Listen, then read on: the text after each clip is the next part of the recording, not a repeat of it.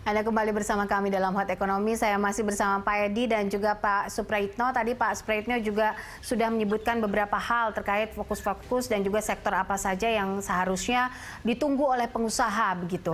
Nah, tapi kita lebih ingin fokus di segmen ini kepada pemulihan ekonomi nasional yang memang selalu digaungkan oleh Pak Jokowi. Pak Edi, bagaimana ke depannya soal pemulihan ekonomi nasional sehingga angka pengangguran kita atau jumlah pengangguran kita tidak terus terpuruk. Saya ingin Anda membreakdownnya dari sisi investasi, mungkin dari manufaktur dan juga industri di tanah air.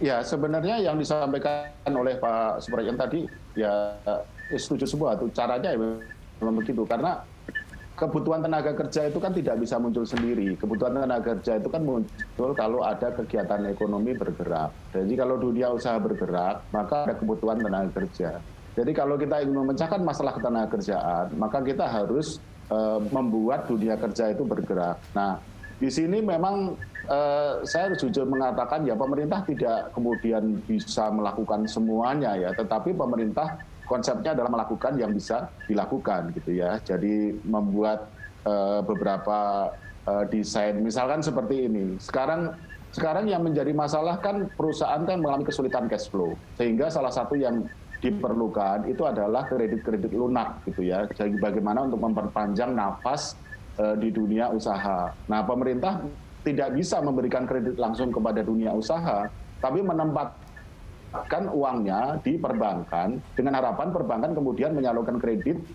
dengan bunga yang sudah disubsidi oleh pemerintah dengan bunga yang lebih rendah kepada pelaku usaha, paling tidak untuk menyambung nafas. Itu satu hal. Kemudian juga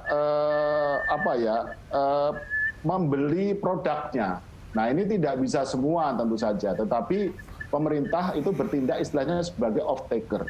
Jadi sekarang sudah ada instruksi serius pada seluruh jajaran pemerintahan untuk berusaha membeli produk-produk UMKM dan juga petani dan sebagainya. Jadi produk dalam negeri lah istilahnya. Jadi ini dari sisi demand juga didorong oleh pemerintah. Nah, kemudian juga pemerintah berusaha mendorong daya beli masyarakat. Tujuannya apa? Untuk membeli produk-produk dari dunia usaha sehingga dunia usaha itu bisa lebih bergerak. Tetapi sekali lagi ada keterbatasan. Ya, keterbatasannya itu terutama adalah karena physical distancing, PSBB. Inilah kenapa yang tadi sudah disinggung oleh Pak Suprayitno sebenarnya. Jadi kita tidak bisa mengharapkan meskipun pemerintah sudah melakukan segala hal yang mungkin dilakukan gitu ya. Kemudian tidak bisa kita berharap situasi itu normal seperti sebelumnya selama COVID ini belum hilang, gitu. Nah, contohnya yang tadi disebut oleh Pak Suprayitno ya, hunian hotel berkurang, pesawat terbang ini penumpangnya jauh berkurang karena penerbangannya berkurang. Karena apa? Karena memang traveling dibatasi. Dunia tempat-tempat yang menjadi destinasi wisata ini pasti terpukul karena traveling dibatasi. Meskipun sudah mulai ada geliat ya, orang sudah mulai berwisata untuk domestik sudah mulai ada gitu ya. Tetapi tetap saja kalau dari permintaan terhadap produk itu tidak bergerak, maka itu akan sulit. Jadi saya kira poinnya adalah pemerintah melakukan yang bisa dilakukan, tetapi bukan berarti itu pasti menyelesaikan masalah. Kita juga berdialog dengan teman-teman pengusaha. Saya tidak tahu apakah Pak Suprayitno ikut, karena saya juga nggak ikut. Seminggu atau mungkin 2 minggu yang lalu lah perwakilan dari Apindo kan datang ke kantor staf presiden gitu ya, kita berdialog dan di situ disampaikan memang secara lugas begini kurang lebih Mbak dan Pak Suprayitno, insentif pajak itu udah nggak terlalu bermanfaat lah karena memang udah nggak ada yang harus dibayar gitu kan, karena usahanya rugi.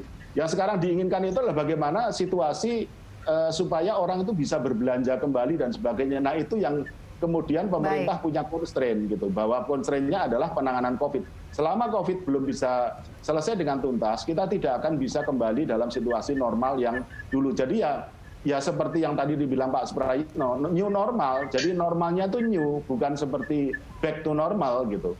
Baik, oke. Ini menarik sih, ketika misalnya pemerintah bisa menangkap kondisi domestic demand yang memang harus dinaikkan karena daya beli, dan kondisinya karena kita memang tidak terlalu berpengaruh sekali soal resesi mungkin dengan negara-negara lainnya yang mungkin mereka juga mengandalkan pemasukan dari perdagangan internasional. Kita masih punya konsumsi, di mana 58% pendapatan kita juga dari konsumsi. Mungkin ini yang harus juga ditangkap oleh pengusaha. apa? Pemerintah menangkap hal ini Pak Suprayitno, soal pajak juga yang tidak terlalu cukup signifikan lagi begitu.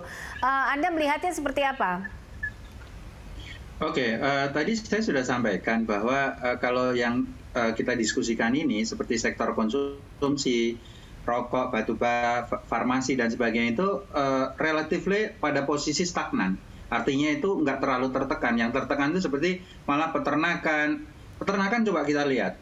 Pada masa Idul Adha yang baru akan berjalan kira-kira 2-3 hari lagi.